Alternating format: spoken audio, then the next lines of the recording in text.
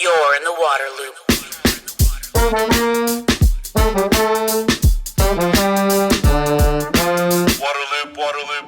Las Vegas faces unique challenges as a rapidly growing city with a small share of water from the Colorado River and an arid desert climate. To meet the demands of residents and 40 million annual visitors, Las Vegas implemented comprehensive approaches to sustainability that drove water usage down even as the population boomed. Bronson Mack of the Southern Nevada Water Authority and Michael Gulich, MGM Resorts International, share their insights on water recycling, conservation programs, and efficiency measures. Through progressive planning and community engagement, plus a healthy dose of partnerships, Las Vegas serves as a model for efficient water management in the American West.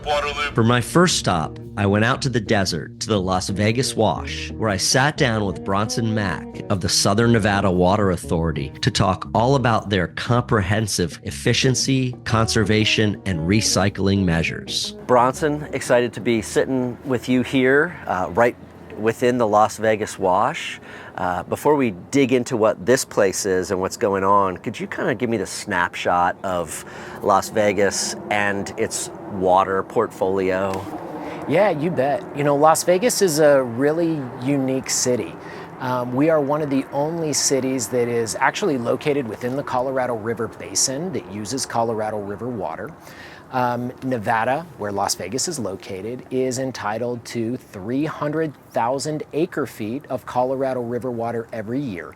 It is the smallest slice of the Colorado River pie that is shared with 6 other states as well as the country of Mexico. So we have a very small allocation of water, yet with that small allocation, we are able to really efficiently use that water, stretch that water supply here at the Las Vegas Wash, a critical element to helping us stretch that water supply, and meet the needs of 2.3 million residents and nearly 40 million annual visitors every single year. And we're able to do that simply by being smart with how we use water, reusing that water, and then of course, conserving that water. There is, I think, a very widespread misconception about Las Vegas being this city in the desert and not being sustainable from a water perspective. And that's why I really wanted to have this conversation, because there are so many incredible things happening here to build that sustainability. I think one of the most exciting is that water reuse that you talked about. Could you explain what happens when water goes down the drains in Las Vegas? Yeah, well, here in Las Vegas, we employ community-wide water reuse. Whether you want to recycle water or not, we are going to recycle that water. So every drop of water that goes down the drain in our homes and businesses, our showers, our toilets, our dishwashers, our washing machines, all of that indoor water use gets captured. We treat that wastewater to a very high standard, meeting Clean Drinking Water Act standards, and then we safely return that water back to Lake Mead through the Las Vegas Wash. And we do such a good job cleaning and polishing that water that we actually get credit for every gallon that we return back to Lake Mead through the Las Vegas Wash. We're able to take another gallon out of Lake Mead and bring it to the valley through the drinking water treatment process. And that doesn't count against our Colorado River allocation, because our 300,000 acre-feet of Colorado River water is a consumptive volume of water that we can use. That's how much water we can take out of the Colorado River and we don't have to return it. However, we divert more than 300,000 acre-feet out of the Colorado River from Lake Mead every year. In fact, we divert about 400,000 acre-feet every year and bring it into the valley. And we return about 40% of that water back to Lake Mead, where it can be used again, either by us here in Las Vegas or just simply by keeping that water in Lake Mead for further downstream deliveries in the future. So this community-wide water reuse that we have, it is a perpetual motion machine for our indoor water use. And the only way we really consume Colorado River water is to irrigate our outdoor landscaping and from evaporative cooling of large buildings to cool those indoor spaces. It's a water-intensive air conditioning. Yeah, it's a hot place. It's a hot place, and really, Las Vegas would not be inhabitable without air conditioning and without a reliable water supply. Sure. This phrase wash, Las Vegas Wash, just could you explain what that means, what that term is? Yeah, a wash is typically a dry waterway. It typically is just to convey stormwater or precipitation that a community may get. It usually will move that water or stormwater into a safe location. A lot of times it does connect to another waterway in communities.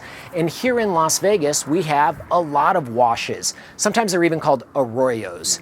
And these washes all converge here at the Las Vegas wash. So historically, all of our stormwater has flowed through those washes, through the Las Vegas wash and out to Lake Mead. But in the 1950s, we started to see more growth and development in the Las Vegas Valley and the need for wastewater treatment. But rather than treating that wastewater and just sending it out to evaporation ponds, those who came before us were very smart planners, and they discharged that treated wastewater into the Las Vegas wash so it could go back to Lake Mead.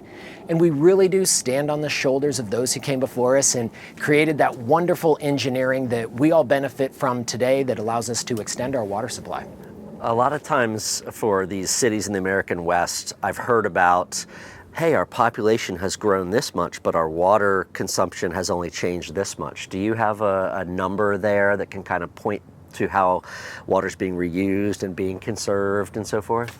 Yeah, it's really a remarkable thing. Las Vegas has been one of the fastest growing communities for decades. So we have seen people come into this valley from all over the nation and really all over the world because Las Vegas provides a lot of opportunity.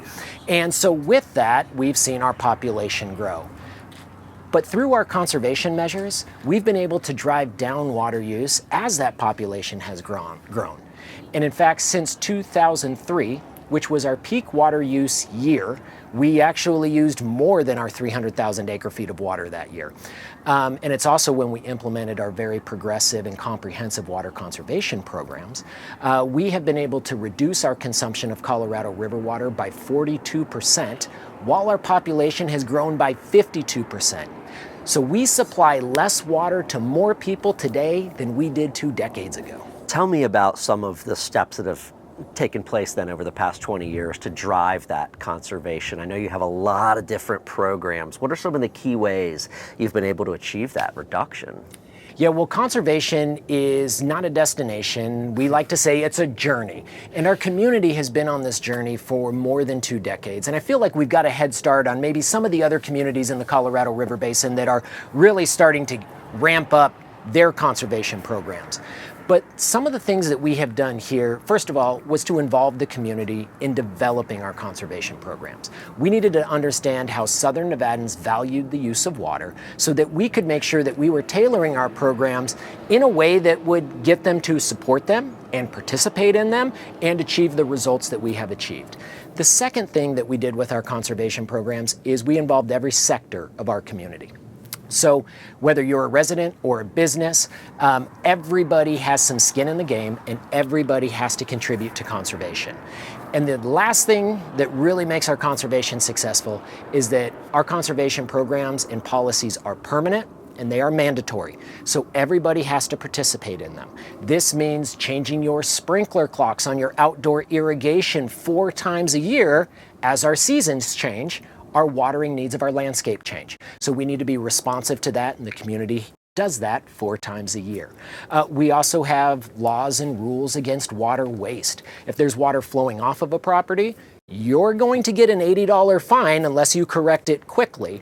And we conduct thousands of water waste investigations every single year, and we use that really as a communication and education tool. For those who are wasting water, we take that time to educate them on what the issue is. If they correct the issue, all fine, they get to continue to move forward. If they don't correct the issue, that's where they could incur an $80 fine.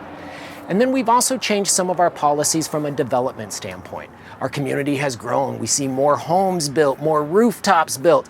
A lot of people come into Las Vegas, so we have to accommodate that. And with that growth, we needed to make sure that new development was as water efficient or more water efficient than our existing development. So we have prohibited the installation of grass in new development. Not in your front yard, not in your backyard, not in your commercial property. We've also limited the size of backyard swimming pools. We believe a functional size swimming pool is just fine, but we don't need to have our entire landscape, front yard and backyard, be a swimming pool, and we have seen that happen in the past. And really one of the other key things is that we have now prohibited the installation of evaporative cooling systems in new development.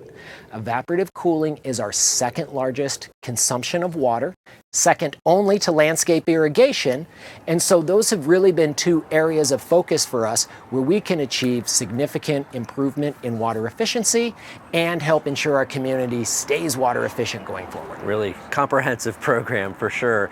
I had you on the podcast maybe 2 years ago or so to talk about the effort to replace grass, especially in public areas, medians, and so forth. Could you talk just a little bit about like the grass replacement, lawn replacement efforts you have? You know, not just banning it in new development, but trying to get what's out there torn up. In 1999, the Southern Nevada Water Authority implemented the WaterSmart Landscape Rebate Program. And the program was set up and designed to give customers a cash incentive to replace their grass landscapes with drip irrigated trees and plants.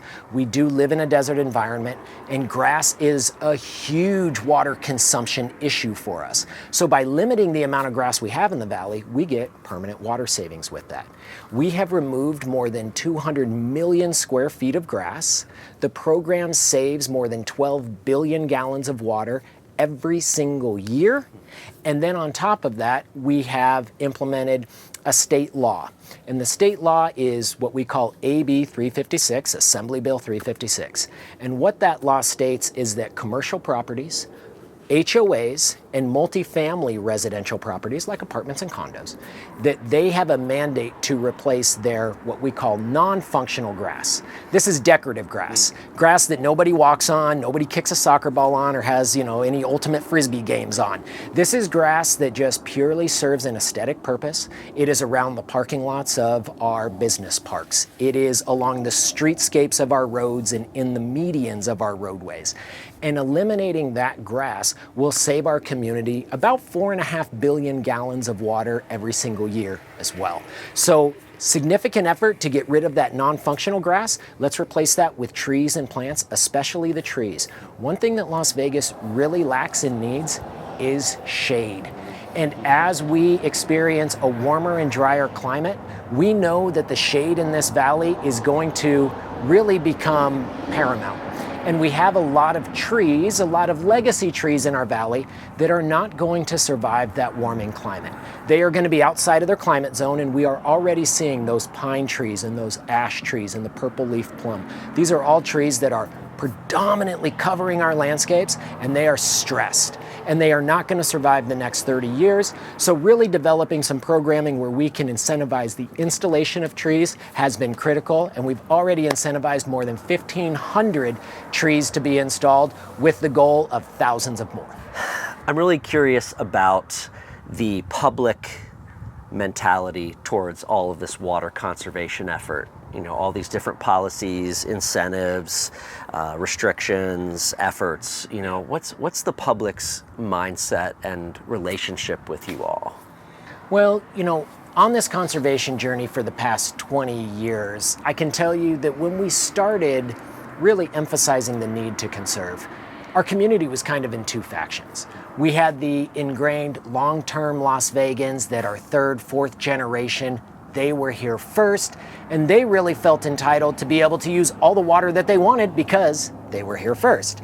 And then we had our new transplants, the folks that had come here from other communities. And what we found with that sector of the public was that they recognized that they were no longer living in Kansas or the Midwest or in the East, and they were in a desert environment. And they were more open to really adapting to living in the desert. Well, let me ask you about that resort industry here in Las Vegas that has such a huge footprint and such big influence. How's that relationship, and how do they really participate in this drive toward water sustainability? Yeah, well, when we look at the Las Vegas Strip, it's really a facade. And Las Vegas does a really good job selling a facade, you know? And so while it looks like the Las Vegas Strip is extremely water intensive and they use a lot of resources, the reality is that they don't. The vast majority of their water use is indoors. So we get to recycle and reuse all of that water. They consume water outdoors with the swimming pools, of course. But keep in mind, those swimming pools are serving tens of thousands of people every single year. Our backyard swimming pools are serving, you know, single digits of people every single year. So there's more functionality in those kinds of swimming pools for the resorts. But resorts have been good partners with us. In fact, resorts were really the first adopters of water conservation, and they were the first industry that we asked to adhere to water efficiency planning, and they stepped up to the plate. Not only did they step up to the plate when we asked them for water efficiency plans, they really provided the seed money for our conservation programs in the 1990s. The prior general manager for the Southern Nevada Water Authority understood that we needed to implement conservation in the 1990s. And so in looking throughout the community, resorts were obviously a pretty easy target.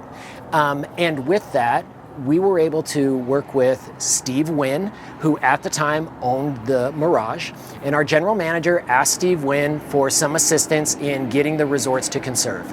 And Steve Wynn wrote a check for $100,000 and gave it to our general manager and said, now you go up and down the Las Vegas Strip and you have every other casino owner match me. And she did, and they did. And so those funds really did start as the seed money for kind of our initial conservation programs in the 90s that have blossomed into really being the leading conservation programs, not just in the nation, but in the world. And I always like to remember that all of the people that work in that industry live in the community. Correct. And so they understand that water needs to be conserved. And so there's just really that incredible, interplay there. And it really gives us the benefit because we can now utilize those resorts to communicate with their employees. So we do a lot of outreach with the resorts so that information does get disseminated down, gets included in their newsletters. And a lot of the resorts have sustainability goals, and they also have volunteer programs where their employees participate and go out and do sustainability projects. So like here at the Las Vegas Wash, where we have hundreds of volunteers help to revegetate and put native plant species back in and along the wash, many of the employees of the resorts have been instrumental in helping us do that. The visitor and resort industry has such a massive footprint on Las Vegas. So next, I went to talk with Michael Gulich, the Vice President of Sustainability for MGM Resorts International, about how their company is advancing water sustainability. Michael, thanks for sitting down with me to talk about water sustainability in MGM and Las Vegas. Tell me a little bit about the presence of MGM in Las Vegas. What's your footprint? Yeah, great question. So we're the largest employer in the state, and we operate 13 resorts here in Southern Nevada. We're here today at the Bellagio. On this side of the Strip, down to Mandalay Bay, is about 2 miles of resorts, integrated resorts. We have 7 regional properties throughout the U.S., from Detroit out to the East Coast and then down to Biloxi, Mississippi. We operate 2 resorts in China, and we're building Japan's first integrated resort with gaming, and that'll be open in 2030. Wow. Yeah, I've been to the National Harbor, the MGM location there by Washington, D.C. That's a big addition to the area where I'm kind of from originally. Mm-hmm. What has been your approach to water sustainability? You have all these properties, so many visitors, so many events. How do you approach water sustainability, both kind of from a big picture to even specific examples? So it's been a journey for us, which began with water conservation. And we set a goal to reduce our water use intensity on a square foot basis by 30% by 2025 and 35% by 2030. And that's all on a 2007 baseline. And we do it on an intensity basis because our portfolio does change, and that allows us to normalize that data over time. What does intensity mean? So it's per square foot. Okay. So it's just total gallons used divided by the square footage of our portfolio. And so that led to conservation efforts across the board. So from things like low flow and low flush fixtures in our rooms and our restrooms, thinking about our laundry operations and our dishwashing operations in our commercial kitchens, but also thinking about operations. So not just facility-centric water use, but also there's an operational component to that as well. And then we use a lot of water in cooling towers, landscape irrigation, as well as we have a lot of pools and water features, so there's some evaporation there. And through this year-over-year concerted effort on conservation, we actually achieved our 2030 goal of a 35% reduction 7 years early. So we achieved that last year in 2023. We hit 36.5% reduction over that 2007 baseline. Incredible. Have you setting a new goal soon? We're in the process of that. Okay. We're in the process of that, yeah, resetting. We actually, so the 2025 goal was 30%, and we hit that in 2019. And so we reset that up to 33%. And then exceeded that this past year. Yeah. So that's the fun part about hitting goals, right? Then you have to kind of set another one afterward. Yeah. And so that led us to thinking about where we wanted to be positioned as a company on the issue of water, and especially given the focus here in Southern Nevada, being with Lake Mead in our backyard and being in the driest desert in North America. And having the footprint we have, this is a natural issue for us. And so the way we approached that was we developed a data and research-driven and a stakeholder-informed white paper on the issue of water, looking at how we use water, the data, the issues in the basins in which we operate, which of course is not the same issues at all of our locations. They do vary. And then also benchmarking against leaders in the industry, not just in hospitality or gaming, but also just in business. Who's leading in water in business? And through that effort, we decided we wanted to develop a global water policy, which we did in 2022. So that can be found on our website. And additionally, our CEO and President, Bill Hornbuckle, endorsed the CEO Water Mandate in 2022. The CEO Water Mandate is an initiative that's administered for the UN Global Compact by the Pacific Institute, and it's a group of companies. At the time we signed on, there were approximately 250 companies worldwide that had endorsed the mandate. We were the first Las Vegas-based company, the first gaming company, but the focus is to push the envelope to activate and advocate for water stewardship throughout the world. I like the idea that you have all of these visitors and guests come, and so much of the water conservation efficiency really happens behind the scenes. So you're kind of taking care of that sustainability, or they're not necessarily realizing how much effort's going into it. Yeah. I think amongst our conservation efforts beyond the flush and flow fixtures, there's a big focus here in Southern Nevada on consumptive water use. So this is the water that's not being returned to Lake Mead. Every drop of water in Southern Nevada that goes down a drain is being treated and processed and returned to the source. So we consider that non-consumptive use. But our primary consumptive uses are cooling tower usage, irrigation, and the pool and water feature evaporation. How have you evolved on that front? What kind of measures have been taken? Yeah, so on the cooling tower front, that's our biggest use. We've been at it for a while. We've been trying to optimize that usage. And so by playing with the set points for the temperature of the water that's the chilled water that's going out to our properties for space cooling, we can actually reduce energy use, reduce water use, and save money. So we've been doing a lot of that lately, and that's yielded millions of gallons of water savings a year. Critical. Vegas gets hot for a long time. Yeah. That energy water nexus is a really interesting area with a lot of opportunity. I'm glad you mentioned that. Yeah, it is. On the irrigation side, turf grass has historically been the issue in southern Nevada. So when it was beginning to be developed in a big way, the people who designed it and developed it wanted it to look like the East Coast, and so there was grass everywhere, and it's not. It doesn't do well in the desert. It requires a tremendous amount of water per square foot to have it be green and look healthy. And so we've removed over 250,000 square feet of turf grass at our strip resorts, and our strip properties are now turf grass free. Yeah. And there's a big drive in Las Vegas to do that, not just on private properties like this, right, but residential properties, municipal. Public spots. Even the highway medians, and those have all been removed. Yeah. So one of the things that people point to is the iconic Bellagio Fountain, right? They see that in the desert, and they think this must be some great waste of water. Could you kind of correct the record on that? Sure. Yeah. So.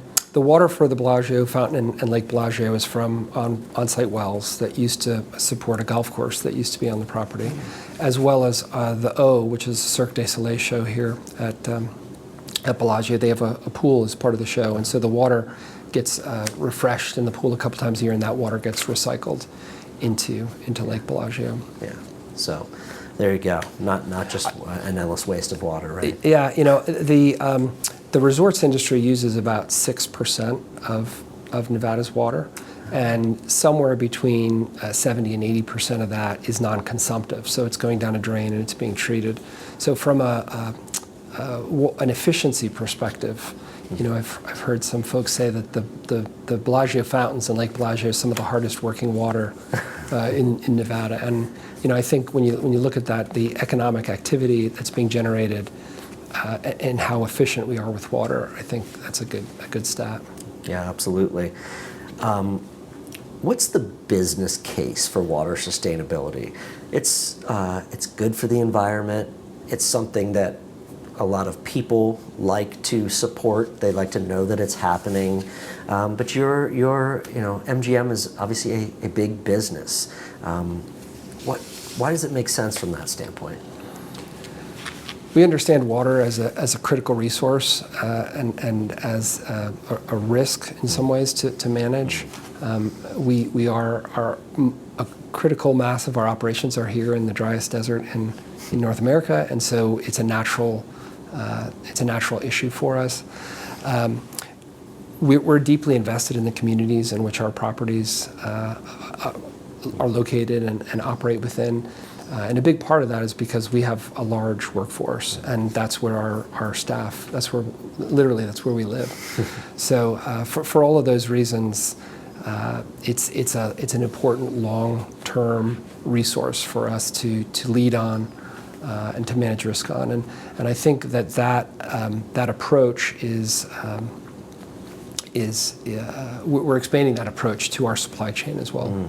Southern Nevada Water Authority. I know that you all collaborate with them, you work with them. Could you talk about that relationship, what that's like, and what you do together, and why it's beneficial?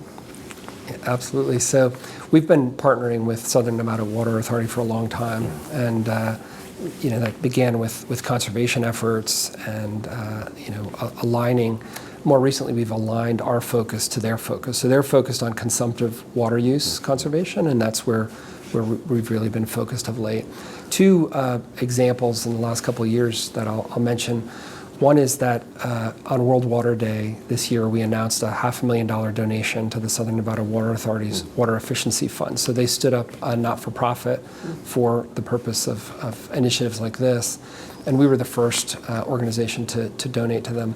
The purpose of those dollars is to match in place residential water conservation rebates for MGM staff. So again, as the largest employer in the state, we wanted to put our money where our mouth is in terms of supporting our employee base.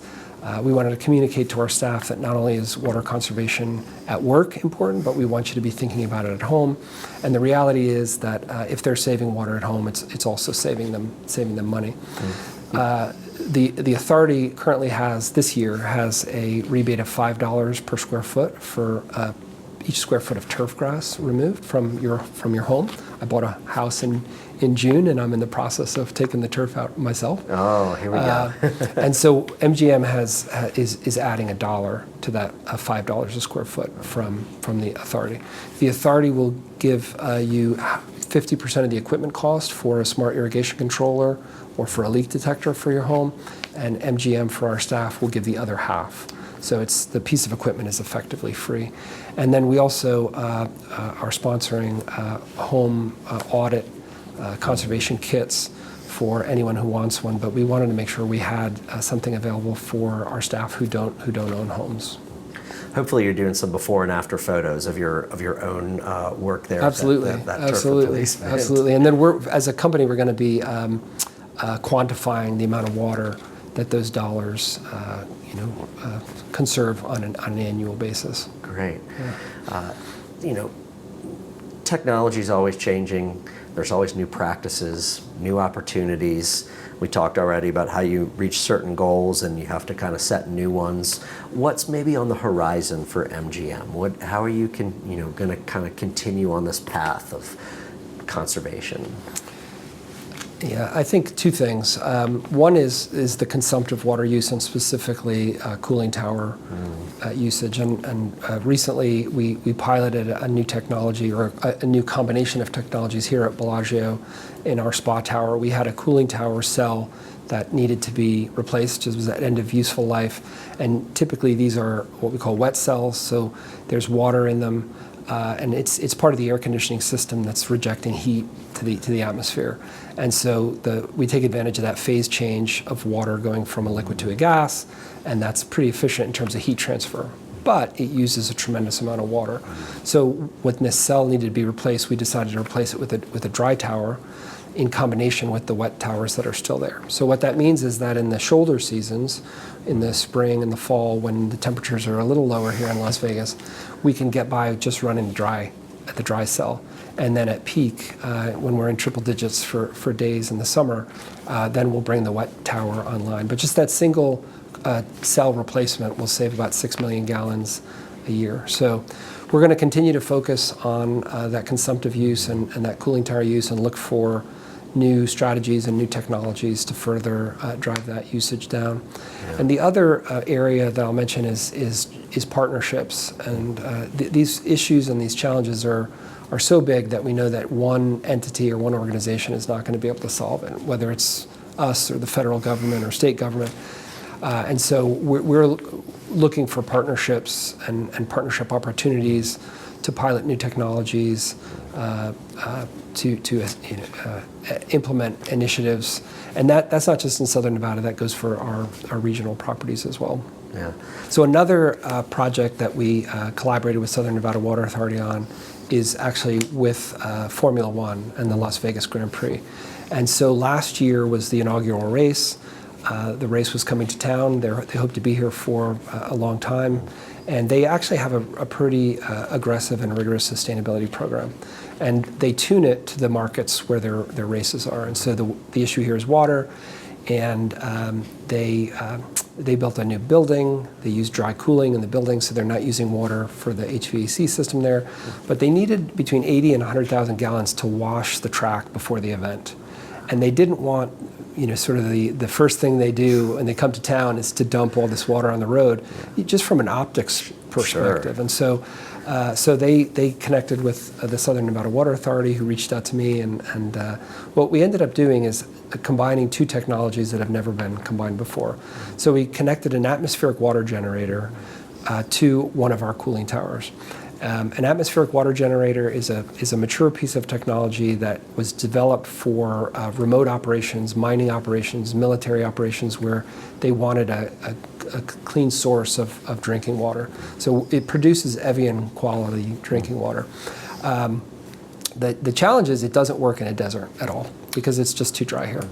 And so when we went to buy it, they said, we'd love to sell you the unit, but it's just so you know, it's not going to work. So that was nice of them to let you know that. Yeah. So what we did, though, is we ducted the plume coming out of one of these cooling towers, which has very high humidity, it's warmer air, it's high humidity.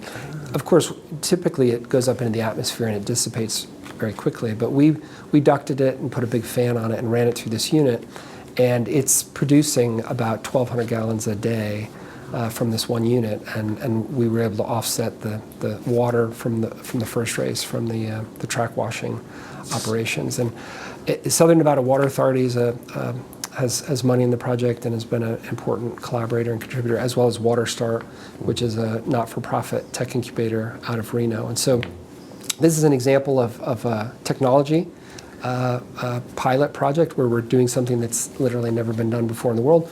But I think almost more importantly, it's an example of that partnership approach, where in this case, two corporations, two major corporations, and a water agency and a not-for-profit tech incubator are coming together to do something that's never been done.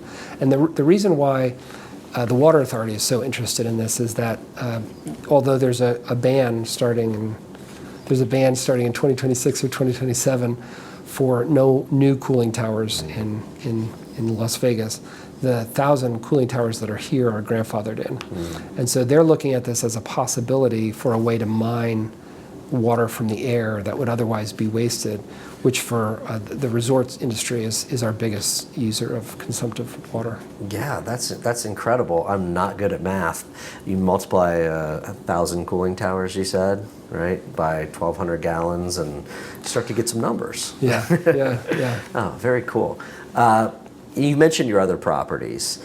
Is there anything that you all are learning or have learned here in Las Vegas that you're able to kind of transfer to other places when it comes to water sustainability, understanding that none of them are really in this same desert environment? Yeah, and that's a little bit of the challenge of sometimes collaborating with our properties, because our focus is so heavily on conservation and so heavily on consumptive water use, and often where our other property, our regional properties are located, they have the opposite problem. In a lot of cases, they have too much water. At National Harbor, we actually have a rainwater capture system, 700,000 gallons of tanks under the facility that water gets used for flushing toilets and for landscape irrigation. So it is very different depending on where we are. But we've been more recently jumping on calls together and sharing best practices. Things like a better pool filter technology, where one property is implemented and another property is thinking about it, and we connect them, share that learning and share those best practices. Yeah, you never know what will prove useful someplace or spark some other idea. You're in the water loop.